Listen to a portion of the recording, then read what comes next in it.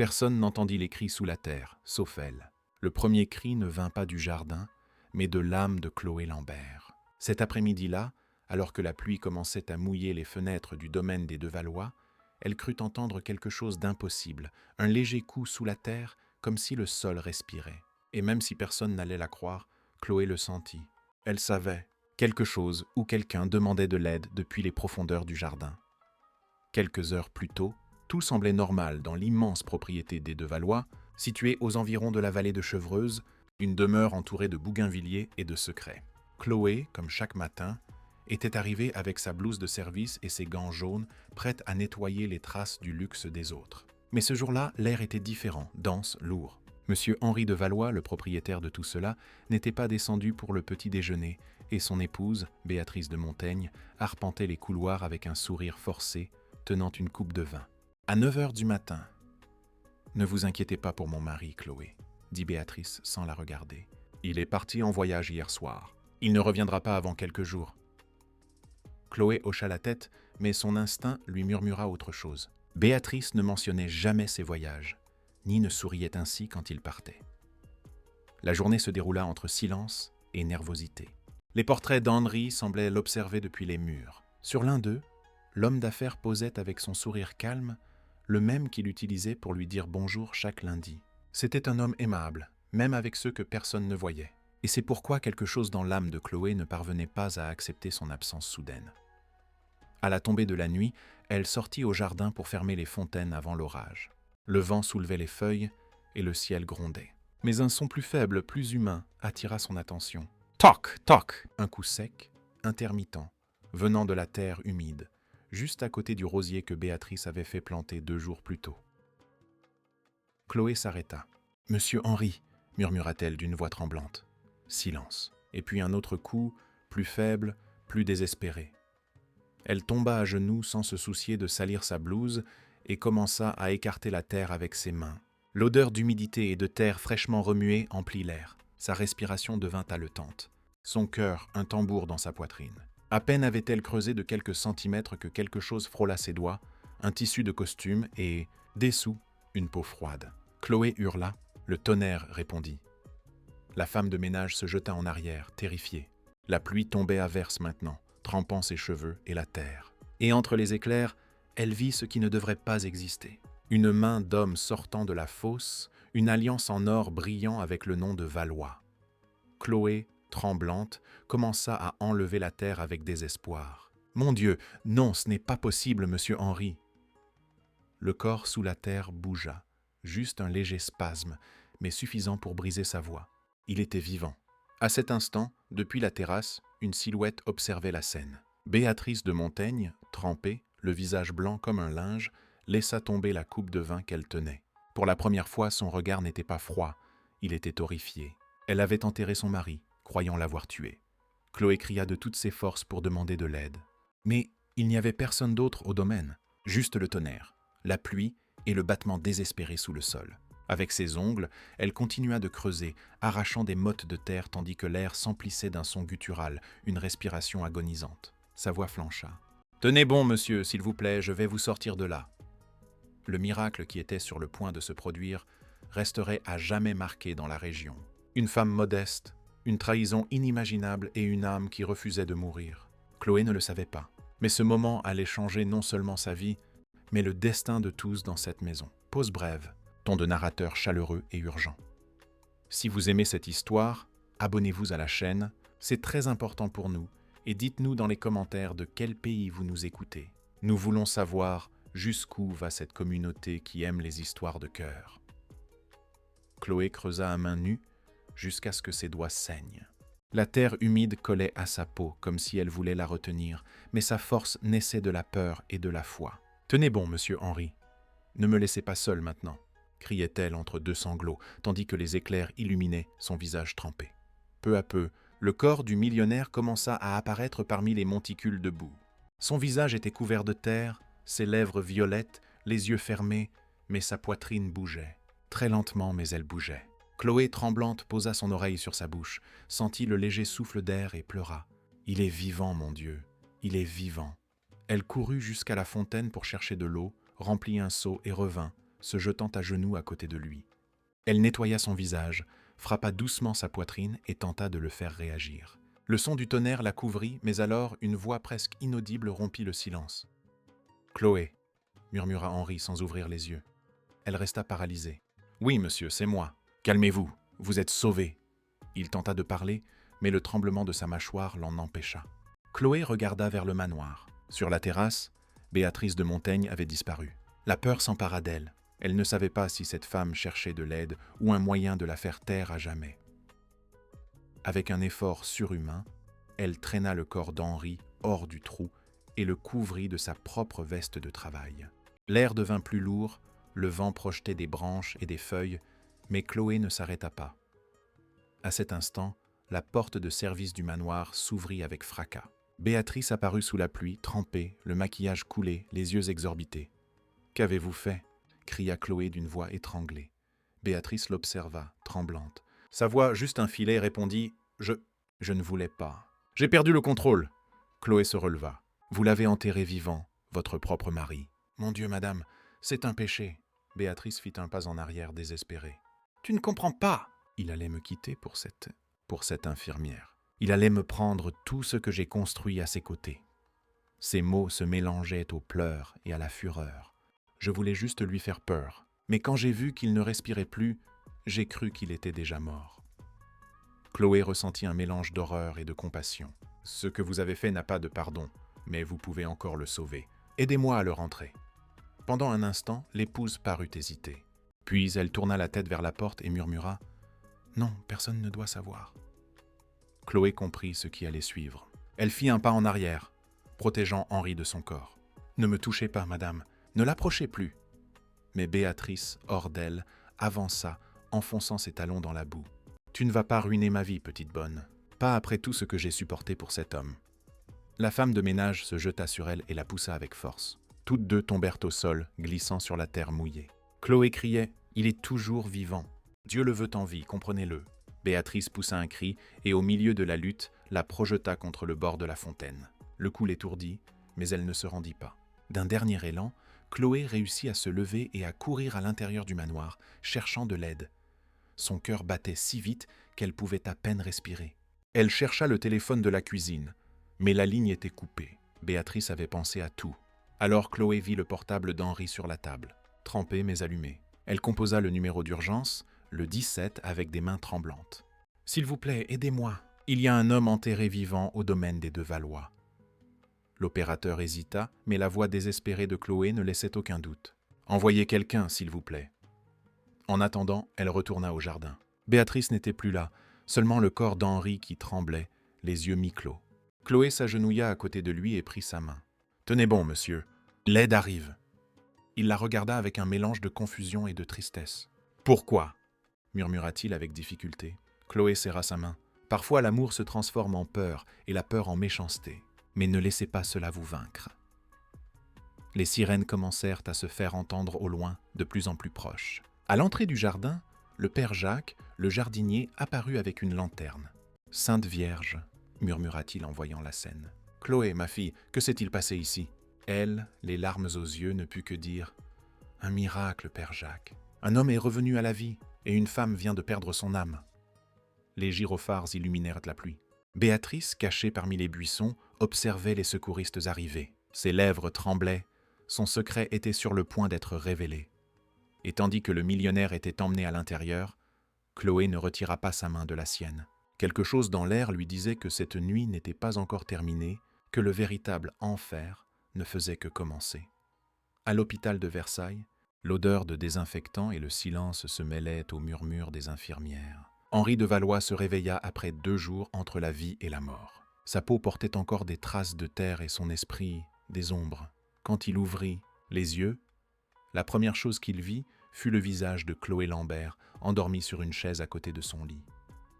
Il tenta de parler, mais seul un filet de voix sortit. « Où suis-je » Chloé se réveilla en sursaut. « Dieu merci, vous êtes vivant, monsieur Henri. » Les larmes la trahirent et elle baissa le regard. « On vous a trouvé à temps. » Mais avant qu'Henri ne puisse se souvenir de quoi que ce soit, la porte s'ouvrit dans un grincement. Là se tenait Béatrice de Montaigne, impeccable, maquillée. dans une robe blanche qui contrastait avec l'obscurité de son âme. Elle portait des fleurs à la main et un sourire répété.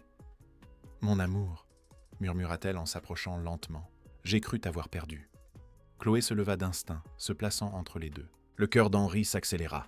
Il ne savait pas pourquoi, mais quelque chose dans cette voix lui provoquait des frissons. « Mademoiselle, » dit Béatrice avec froideur, « vous pouvez vous retirer. Mon mari a besoin de se reposer. » Chloé serra les poings, mais respira profondément. « Je suis désolée, madame. Le médecin a demandé que personne ne le dérange. Ne me forcez pas à me répéter. » Les yeux de Béatrice s'assombrirent. « N'oubliez pas qui paie votre salaire. » Le silence devint lourd. Henri l'observait, confus. Chloé sortit sans protester, mais avant de fermer la porte, leurs regards se croisèrent. « Soyez prudent », semblaient dire ses yeux. Béatrice s'approcha du lit et prit la main de son mari avec une tendresse feinte. « Tu as eu un accident, chérie. Tu as glissé dans le jardin. C'était terrible. J'ai crié, j'ai demandé de l'aide, mais personne n'a entendu. » Henri fronça les sourcils. Sa tête battait comme un tambour. « Un accident », répéta-t-il faiblement. « Pourquoi ? Je ne me souviens pas. » Béatrice lui caressa le front avec une douceur calculée. « Le médecin a dit que tu pourrais avoir des pertes de mémoire.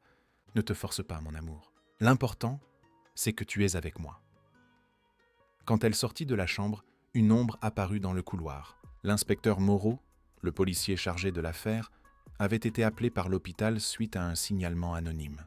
Celui de Chloé. Il se présenta d'une voix ferme.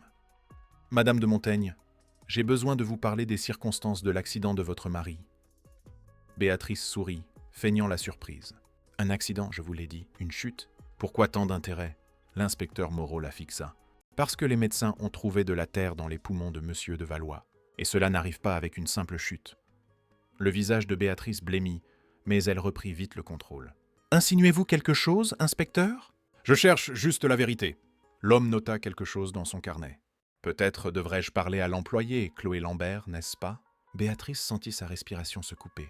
Cette femme est confuse. Elle a toujours été instable.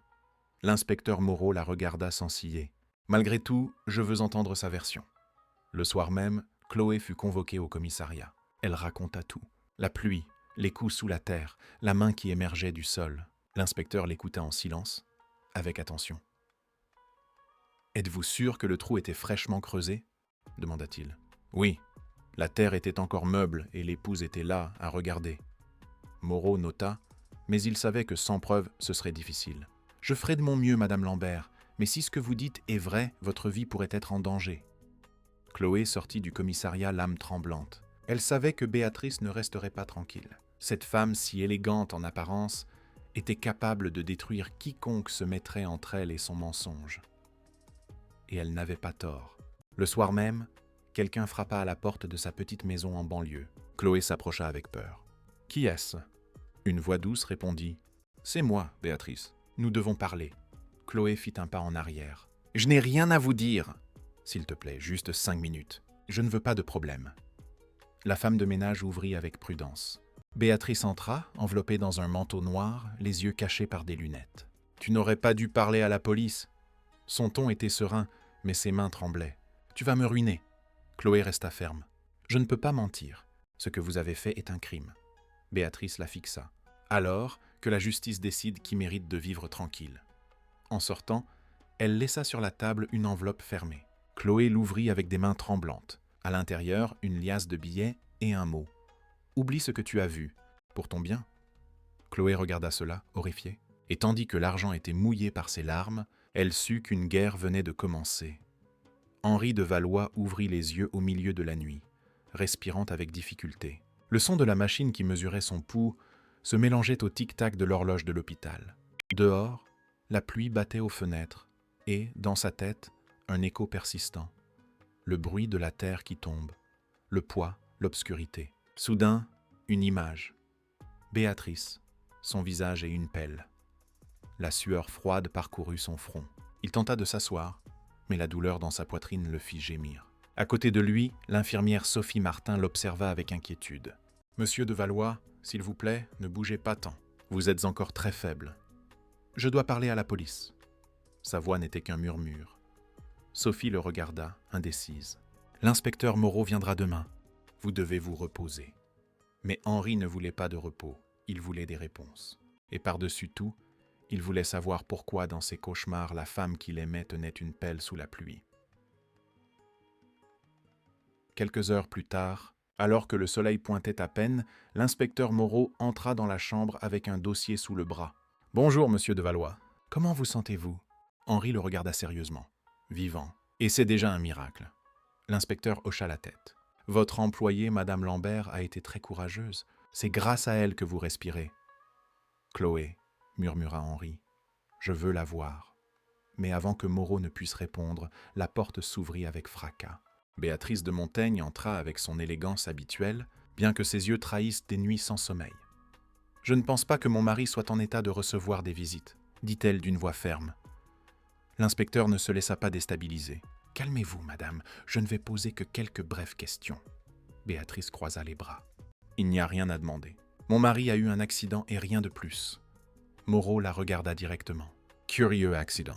Les médecins ont trouvé des restes de terre dans ses poumons et des traces indiquant qu'il a été couvert pendant plus de 6 heures. » Béatrice força un sourire. « C'est impossible. Sûrement une confusion dans le rapport. » Henri les observait en silence. Sa respiration s'accélérait à chaque mot. Moreau se leva, s'approcha de lui et parla lentement. « Monsieur de Valois, vous souvenez-vous de quelque chose de ce qui s'est passé ?» Henri ferma les yeux. Son esprit lui renvoya des images fugaces, un cri, un coup, la pluie et la voix de Béatrice murmurant « Tout sera de ta faute ». Il ouvrit les yeux, pâle. « Pas encore, mentit-il. » L'inspecteur comprit. Parfois, la peur pèse plus que la vérité. Le même après-midi, Chloé vint lui rendre visite. Elle entra en silence, tenant un simple bouquet de fleurs. « Monsieur, » dit-elle d'une voix tremblante, « je suis venue vous voir. » Henri sourit faiblement. « Tu m'as rendu la vie, Chloé. Je ne sais pas comment te remercier. » Elle baissa le regard. « Ne me remerciez pas, remerciez Dieu. Il n'a pas voulu que vous mouriez enterrés dans le péché d'autrui. » Tous deux gardèrent le silence jusqu'à ce que Chloé ose dire « Je sais que c'est elle, mais personne ne me croit. » Henri la regarda avec des yeux profonds. « Je t'ai cru le jour où je me suis réveillé. Je le savais, même si je ne me souviens pas encore de tout. » Dehors, Béatrice écoutait depuis la porte entr'ouverte. Son visage se tordit de colère. Cette femme, cette employée, avait obtenu ce qu'elle n'avait pas réussi à avoir, l'attention de son mari. Et dans son esprit, l'amour se transforma une nouvelle fois en haine. Cette nuit-là, elle retourna au manoir, entra dans sa chambre et ouvrit un coffre-fort caché derrière un portrait. À l'intérieur, il y avait une enveloppe avec de faux documents et une clé USB. « Si je dois tomber, je ne tomberai pas seule, » murmura-t-elle avec un sourire amer. À l'hôpital, Henri fit un cauchemar si réel qu'il se réveilla en hurlant. Chloé, qui était restée sur une chaise, courut vers lui. « Calmez-vous, monsieur, calmez-vous !»« La pelle !» cria-t-il. « La pelle et sa voix !» Sophie entra en courant. « Que se passe-t-il ici ?» Chloé le tint par les épaules. Et il se souvient. Henri la regarda avec des yeux vitreux. Chloé, c'était elle. Béatrice m'a enterré vivant. Le silence fut absolu. Le lendemain, l'inspecteur Moreau reçut le rapport médical final. Il y avait des signes d'asphyxie par la terre et des marques sur la nuque qui confirmaient un coup préalable. C'était officiel. Ce n'était pas un accident, c'était une tentative d'assassinat. Quand Moreau arriva à l'hôpital pour le lui communiquer, Henri n'était plus dans sa chambre. L'infirmière, nerveuse, expliqua « Une femme est venue le chercher, elle a dit être son épouse. » Moreau courut vers le parking, mais la voiture noire avait déjà disparu. À quelques kilomètres, à l'intérieur du véhicule, Béatrice de Montaigne souriait en observant son mari inconscient sur le siège arrière. « Une femme de ménage t'a sauvé, Henri, mais cette fois, même Dieu ne t'entendra pas. » Pendant ce temps, Chloé arrivait à l'hôpital avec un thermos de soupe pour lui et un pressentiment glacial dans la poitrine. Quand elle vit la chambre vide, son âme s'effondra. « Non, ce n'est pas possible !» murmura-t-elle en courant dans le couloir. L'inspecteur apparut juste derrière. « Où est-il » Chloé le regarda, les larmes coulant sur son visage. Elle l'a emmené, celle-là même qui a tenté de le tuer. Et le destin d'Henri de Valois plongea à nouveau dans l'obscurité. La pluie tombait avec fureur sur la route qui reliait Versailles à Rambouillet. Le pare-brise de la voiture de luxe peinait à évacuer l'eau qui glissait comme des larmes sur le verre. Béatrice de Montaigne conduisait les dents serrées, le regard fixé sur la route sombre. Sur le siège arrière, Henri de Valois était toujours inconscient, la tête appuyée contre la fenêtre. À l'intérieur du véhicule, la radio était éteinte, mais dans l'esprit de Béatrice résonnait une seule phrase. « Si je dois tomber, je ne tomberai pas seule. Chaque goutte de pluie était une accusation, chaque éclair, un souvenir. Elle avait été élevée dans le luxe, éduquée pour ne jamais perdre, pour ne pas montrer de faiblesse. Mais cette nuit-là, la défaite avait un nom et un visage. Chloé Lambert. Une femme de ménage, murmura-t-elle entre ses dents. Une simple employée a réussi à tout gâcher. Pendant ce temps, à l'hôpital, Chloé pleurait de rage et de peur. L'inspecteur Moreau donnait des ordres rapides aux agents. Mettez en place des barrages sur toutes les sorties vers le nord. Elle ne peut pas être allée loin. Et si elle l'emmène hors de la région ? Demanda Chloé, désespérée. Alors nous aurons besoin de plus que des policiers, répondit Moreau. Nous aurons besoin de foi. Chloé leva le regard. Je ne vais pas rester à attendre, inspecteur. Si elle l'a emmené vivant, je peux aussi le retrouver vivant. Moreau vit dans ses yeux la même détermination qu'il avait vue chez des gens qui n'ont plus peur de mourir. Vous ne ferez pas ça seul. Il prit sa veste, attrapa les clés de sa voiture et ajouta « Allons-y ». Après d'une heure de là, la voiture de Béatrice s'arrêta devant une vieille ferme abandonnée, entourée d'arbres et d'un air d'oubli. C'était l'ancienne propriété des Montaigne, où elle avait passé son enfance et où son père s'était suicidé. Tout dans cet endroit sentait la rancune ancienne. Elle traîna le corps d'Henri à l'intérieur. Il gémit légèrement, se réveillant entre les ombres. « Où suis-je » murmura-t-il d'une voix rauque. « À la maison, mon amour » répondit-elle avec un sourire tordu. « Dans la maison où tout a commencé » Henri tenta de bouger, mais il était attaché avec une corde au vieux fauteuil en cuir. « Béatrice, qu'est-ce que tu fais » Elle alluma une lampe à huile. La lumière trembla, projetant sa silhouette sur les murs couverts de poussière. Ce que j'aurais dû faire il y a des années. Me libérer de toi, de tes mensonges, de ta compassion de pauvre. De quoi parles-tu ? Je t'ai tout donné. Béatrice laissa échapper un rire amer. Tout. Tu m'as donné de la pitié, Henri. Toujours avec tes discours de bonté, aidant les nécessiteux. Comme cette femme de ménage qui t'adore maintenant. Elle s'approcha, le visage bouleversé par la jalousie. J'étais ta femme. Je devais être ta seule sauveuse, pas elle. Henri la regarda avec tristesse. Ce n'est pas l'amour qui t'anime, Béatrice. C'est la peur. Elle le gifla avec fureur. Tais-toi. Dehors, le vent rugissait. Le toit de la ferme grinçait à chaque éclair. Béatrice se retourna, respirant avec difficulté, et d'un sac, elle sortit une petite bouteille en verre. « Tu sais ce que c'est » demanda-t-elle en la tenant à la lumière. « Du chloroforme. J'allais l'utiliser cette nuit-là, mais je n'ai pas eu le temps. » Henri ferma les yeux. « Si tu fais ça, il n'y aura pas de retour en arrière.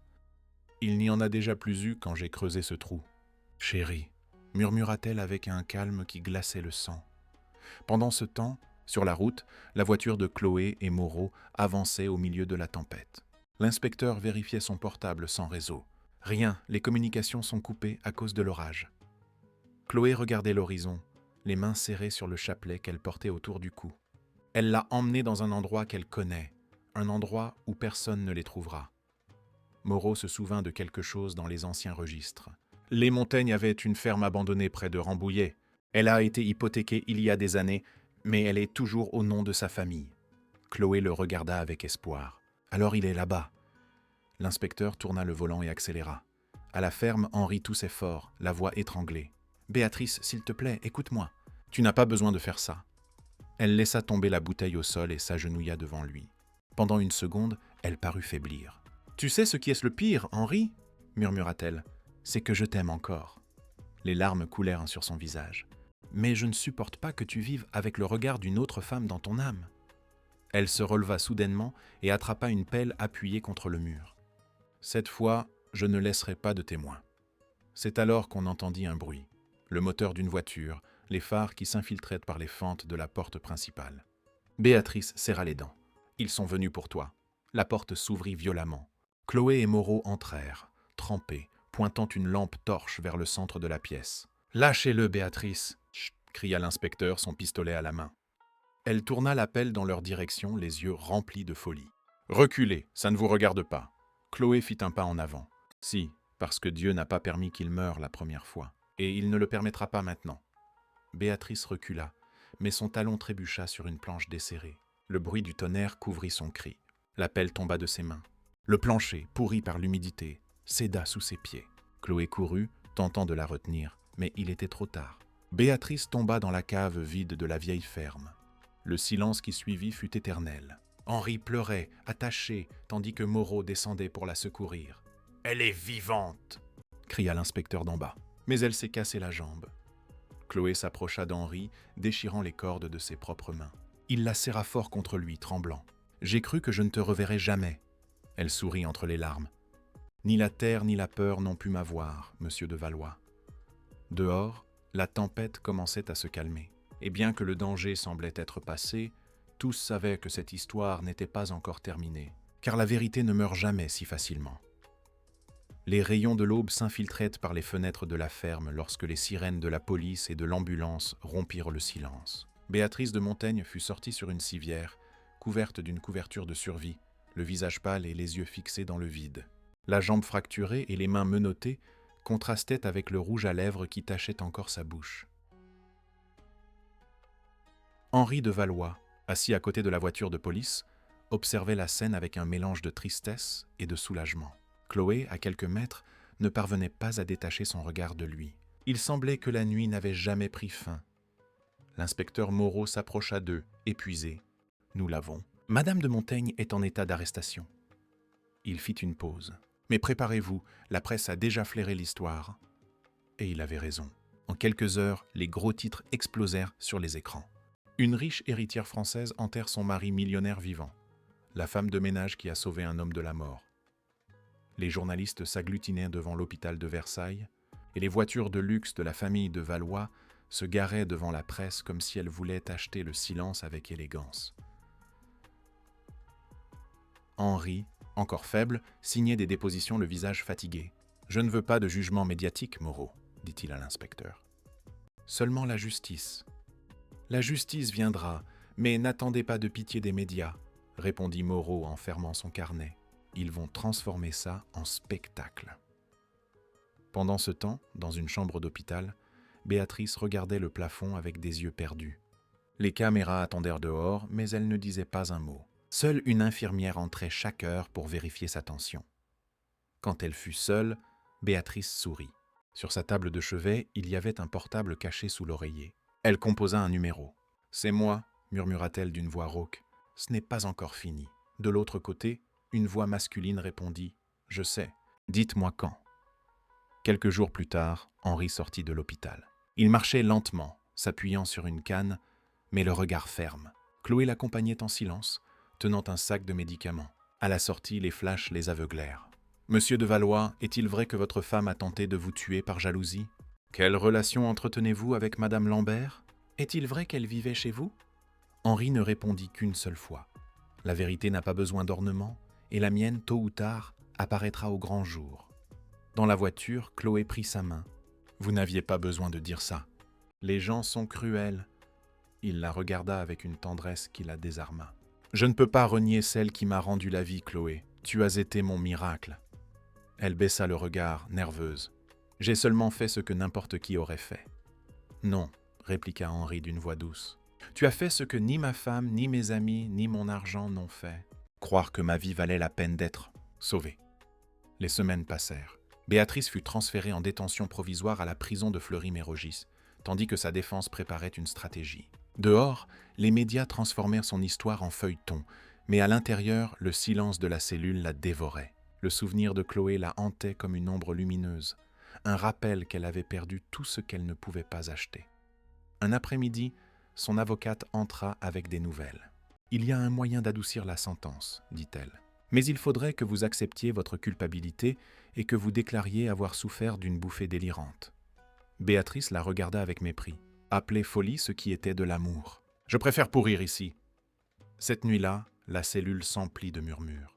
La même voix masculine avec qui elle avait parlé des jours plus tôt apparut dans l'ombre du couloir. « Madame de Montaigne, » murmura le gardien, « votre ami m'envoie. » Il lui tendit une enveloppe fermée. À l'intérieur, une petite clé et un papier qui disait « Il existe d'autres façons de s'échapper. » Béatrice sourit. Son histoire n'était pas encore terminée.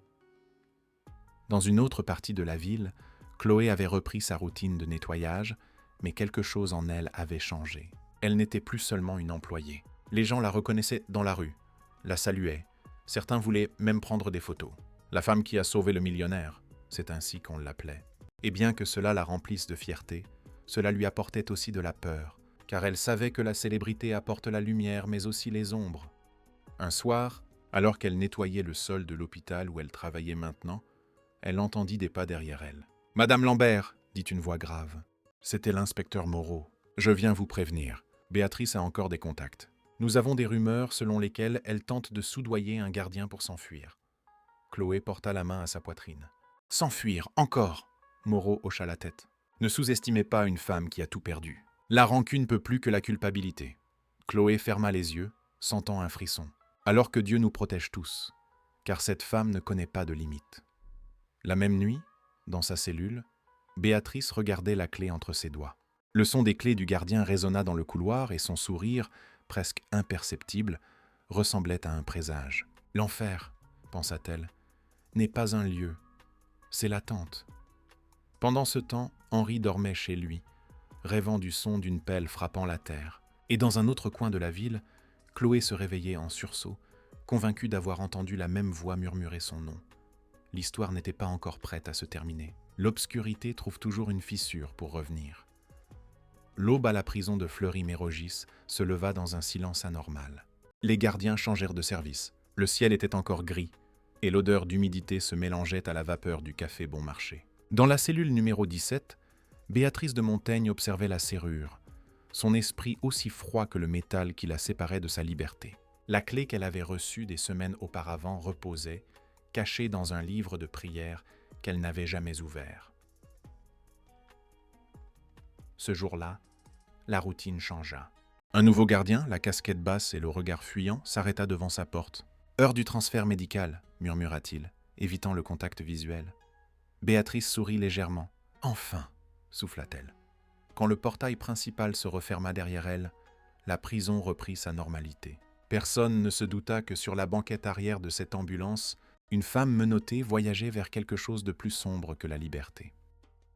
2 jours plus tard, l'inspecteur Moreau reçut un appel qui lui fit renverser sa tasse de café. « Comment ça, disparu ?» cria-t-il. « C'est impossible !» De l'autre côté, la voix tremblante du directeur de la prison répondit. « Ils l'ont transféré avec de faux documents. Le gardien qui l'escortait a démissionné et a disparu. » Moreau frappa sur la table. Il savait que quelque chose comme ça arriverait. Et maintenant, cette femme est en fuite. Il courut vers sa voiture composant le numéro de Chloé. « Chloé, écoutez-moi attentivement. Ne sortez pas de chez vous. » « Que se passe-t-il, inspecteur ?»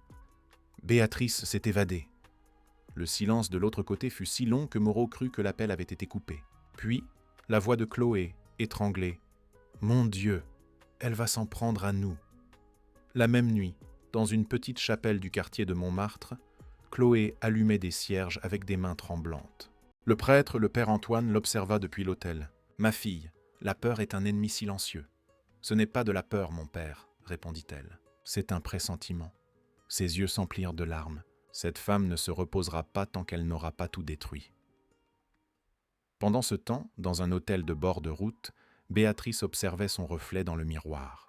Les cheveux courts, teints enfoncés, des vêtements simples, le regard vide. Elle avait laissé derrière elle le parfum cher et les talons hauts, mais pas la rancune. Sur la table, un dossier de coupure de presse. La femme de ménage et le millionnaire, un miracle qui a ému la France. Henri de Valois rompt le silence. « Je dois ma vie à Chloé Lambert. » Ses ongles déchirèrent le papier. « Miracle, » murmura-t-elle avec haine. « Je lui ai donné la vie qu'il a, et cette femme me l'a volée. » Elle sortit de son sac un petit pistolet, propre, récemment acheté au marché noir. Elle le tint devant le miroir. Cette fois, personne ne m'enterrera vivante. Chez Henri de Valois, l'air semblait étrange. Depuis sa convalescence, il tentait de refaire sa vie loin des médias. Il vivait discrètement dans une maison de campagne près de la vallée de Chevreuse, aidant des œuvres de charité, essayant de laisser l'horreur derrière lui. Chloé lui rendait visite chaque semaine, apportant des fleurs ou du pain frais. Entre eux, un lien silencieux s'était formé, plus fort que le temps ou la culpabilité. « Tu ne devrais pas venir si souvent », disait Henri avec un sourire triste. « Les gens parlent trop. »« Les gens parleront toujours, monsieur de Valois, mais je ne suis pas venu pour soigner votre réputation. Je suis venu pour soigner votre âme. » Il baissait le regard. « Je ne sais pas ce que j'ai fait pour mériter ça. »« Mourir et revenir, » répondait-elle avec douceur. « Cela change n'importe qui. » Cet après-midi-là, le vent soufflait fort. Un chien aboya au loin. Chloé remarqua quelque chose au portail. un bouquet de fleurs fraîches avec une carte sans signature. Elle le prit, intriguée. Henri l'observa depuis la fenêtre. Qui les a laissés? Elle secoua la tête. Je ne sais pas, il n'y avait personne. Mais quand elle ouvrit la carte, un frisson parcourut son corps. Les fleurs fanent, mais les péchés refleurissent. On se voit bientôt. Chloé laissa tomber le papier. Elle murmura « Elle est ici ». La même nuit, l'inspecteur Moreau arriva à la maison avec des renforts. « Personne n'entre ni ne sort », ordonna-t-il. Henri, nerveux, regarda par la fenêtre. « Vous croyez qu'elle vient ici ?» Moreau hocha la tête. Béatrice ne fuit pas, elle chasse. Et le premier pas d'un chasseur est de retourner là où il a perdu sa proie. L'horloge sonna minuit. Le vent fouettait les fenêtres. Chloé, assise près du feu, serrait son chapelet avec force. « Notre Père », répétait-elle à voix basse, « ne permettez pas que le mal le touche à nouveau. » Dehors, entre les arbres, une silhouette observait la maison avec patience. La pluie recommençait. Et dans le reflet de la vitre, pendant une seconde, Chloé crut voir un visage qu'elle connaissait très bien. Les yeux de Béatrice, pleins de fureur et de vide. Quelques heures plus tard, le silence fut brisé par un coup de feu. Les cris emplirent la nuit. L'inspecteur sortit en courant dans le jardin, mais il n'y avait plus personne, juste une fenêtre brisée et un parfum familier. Le parfum de Béatrice de Montaigne. La guerre avait recommencé. Et cette fois, ce n'était pas par amour, c'était par vengeance. 3 semaines s'étaient écoulées depuis le coup de feu dans la nuit. Personne n'avait été blessé, mais la tension dans la maison de Chevreuse était si dense qu'on aurait pu la couper au couteau. L'inspecteur Moreau maintenait des gardes en rotation et Henri avait installé des caméras de sécurité, mais le danger ne se voyait pas. Il se sentait. C'était comme si une ombre marchait parmi eux sans laisser de traces. Chloé essayait de continuer sa vie normalement. Elle aidait à la paroisse, rendait visite aux malades et feignait le calme, mais elle ne dormait pas. Chaque bruit la faisait sursauter. Et puis, un après-midi ordinaire, l'ombre croisa à nouveau son chemin. Chloé était au marché en train d'acheter des fleurs quand une jeune femme, aux cheveux sombres et au sourire aimable, s'approcha d'elle. « Vous êtes Chloé Lambert ?» demanda-t-elle avec timidité. Chloé hésita, mais hocha la tête. « Oui, c'est moi. »« Je vous connais ?»« Non, mais je connais votre histoire. » La jeune femme baissa le regard. « J'ai travaillé avec Béatrice de Montaigne il y a des années, et je pense que je peux vous aider. » Chloé sentit son cœur s'arrêter. « M'aider avec quoi ?»« Elle n'est pas seule, » dit la femme en regardant autour d'elle. « Elle a quelqu'un qui la protège. Un homme puissant, un homme d'affaires qui a toujours été derrière tout ça. » Chloé fronça les sourcils. « Qui ?» La jeune femme la regarda dans les yeux. « L'associé de son mari, Olivier Rousseau. » Le nom la frappa comme une brique. Olivier était le meilleur ami d'Henri, son partenaire en affaires, presque un frère. Il avait été présent à chaque événement caritatif, sur chaque photo de famille. Et maintenant la rumeur le plaçait comme complice de la femme qui avait tenté de le tuer. Cette nuit-là, Chloé se rendit chez Henri. « Je dois vous parler », dit-elle d'une voix ferme. Henri l'accueillit avec un sourire fatigué. « Que se passe-t-il, Chloé ?»« C'est à propos d'Olivier. Quelqu'un m'a dit qu'il aidait Béatrice. » Henri resta silencieux. Puis il soupira. « Je ne peux pas croire ça. Olivier est mon ami depuis l'université. C'est lui qui m'a aidé quand personne ne le faisait. Et c'est pour ça qu'il pourrait vous manipuler, insista-t-elle. Béatrice a toujours su comment utiliser les gens. » Avant qu'Henri ne puisse répondre, la sonnette retentit. Moreau, l'inspecteur, entra sans saluer. « Monsieur de Valois, nous devons parler en privé. » Chloé recula, mal à l'aise, mais il la regarda avec sérieux. « Ne partez pas, cela vous concerne aussi. » Moreau posa sur la table une enveloppe Kraft. À l'intérieur, il y avait des photos. Béatrice dans une voiture avec un homme en costume et lunettes de soleil. C'est Olivier Rousseau. Il a été vu avec elle il y a 4 jours à Deauville. Henri pâlit. « Ce n'est pas possible. » Moreau continua. « Nous avons des raisons de croire qu'il l'a aidé à falsifier les documents pour son évasion.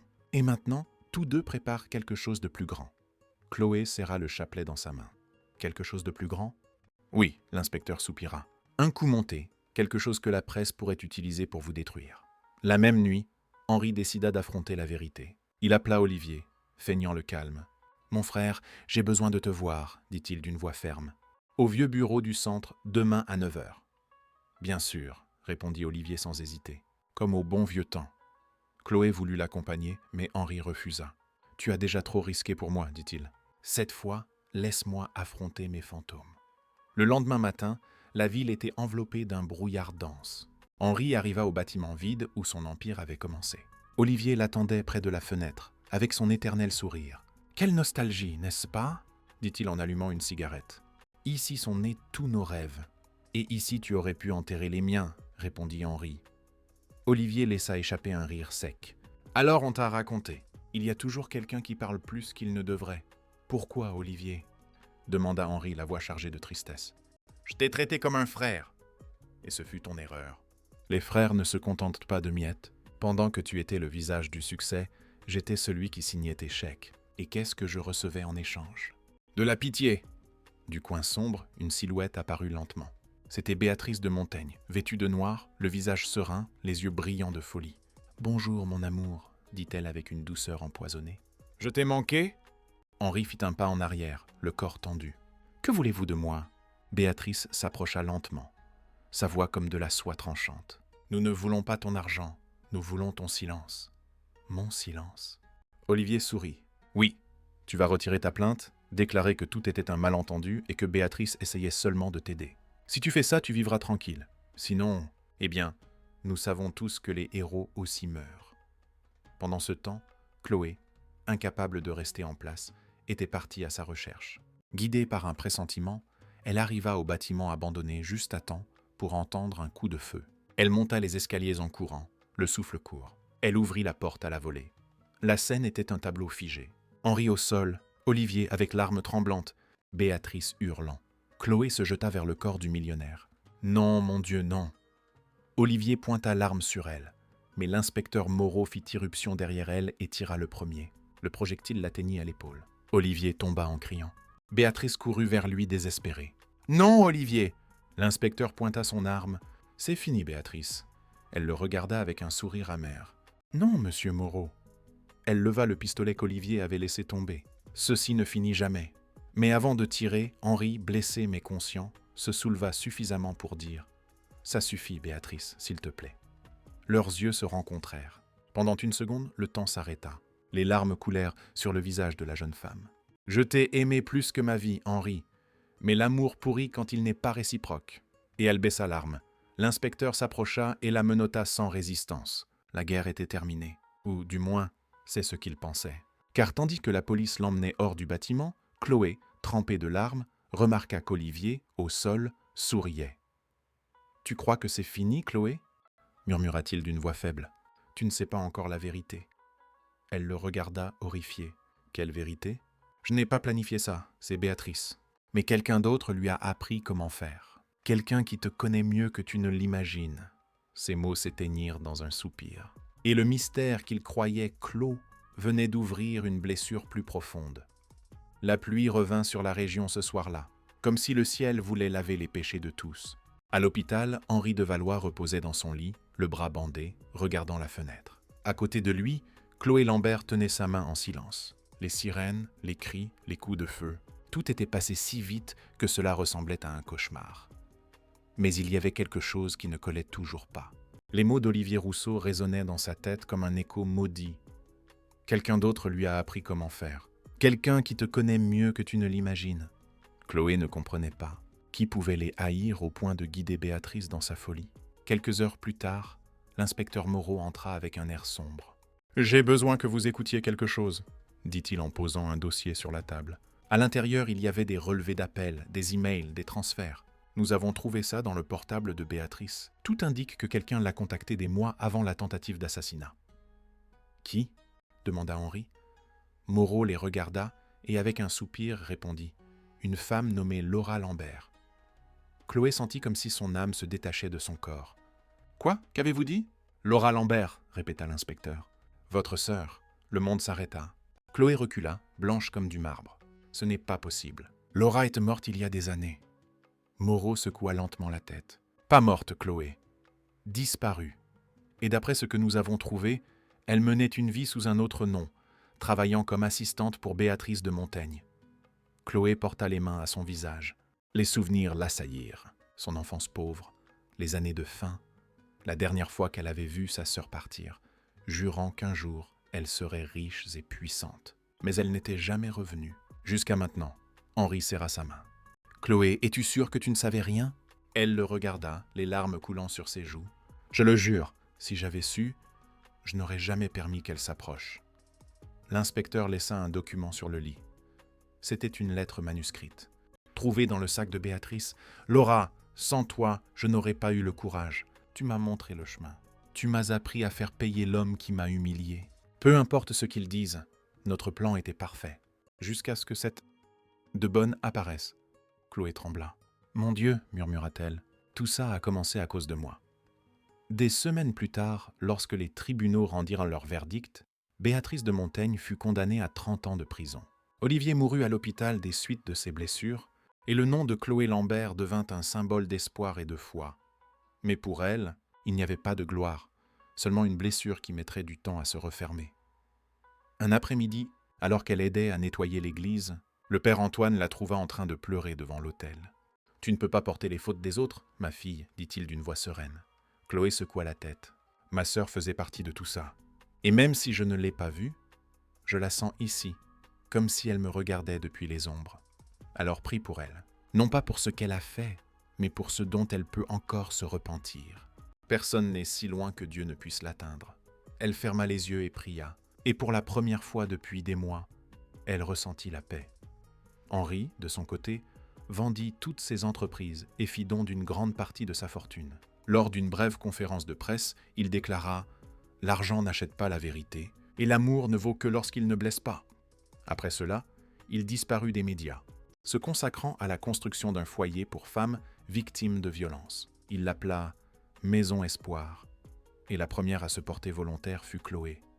Le jour de l'inauguration, le ciel pleura à nouveau, mais cette fois, pas de tristesse. Chloé, les cheveux mouillés, s'approcha d'Henri et sourit. « Vous savez, dit-elle, parfois je pense que le ciel ne pleure pas, il nettoie. » Il lui rendit son sourire.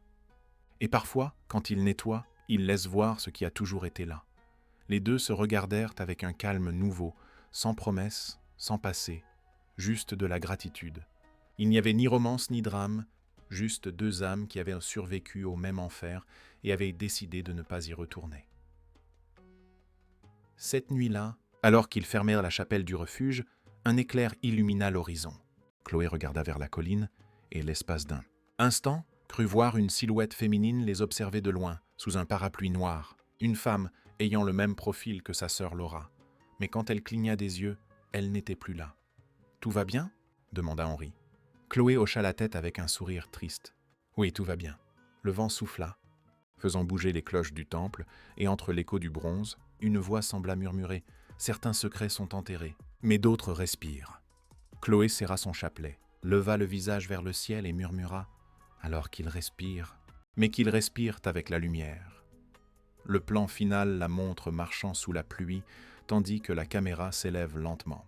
Le son de la tempête se dissout en un murmure d'espoir, car même la terre qui enterre la douleur peut être le même endroit où fleurit le pardon.